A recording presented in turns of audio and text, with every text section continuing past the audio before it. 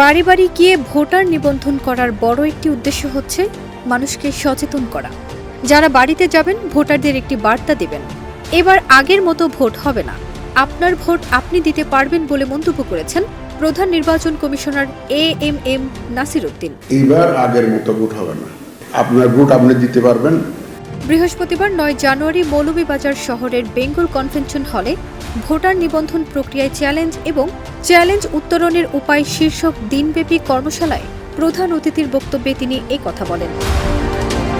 গোলসেন্স গ্রুপের হোটেলে বিনিয়োগ করে সুদমুক্ত হালাল আয়ের সাথে বিলাসী জীবনের বিরাট সুযোগ। বিনিয়োগ একবার, রিটার্ন বারবার। তিনি বলেন, এ লক্ষ্যে মানুষের মধ্যে একটি জাগরণ সৃষ্টি করতে হবে। নারী ভোটার সহ সব ভোটাররা যাতে কেন্দ্রে আসেন সে লক্ষ্যে নানা প্রচারণা করা হবে।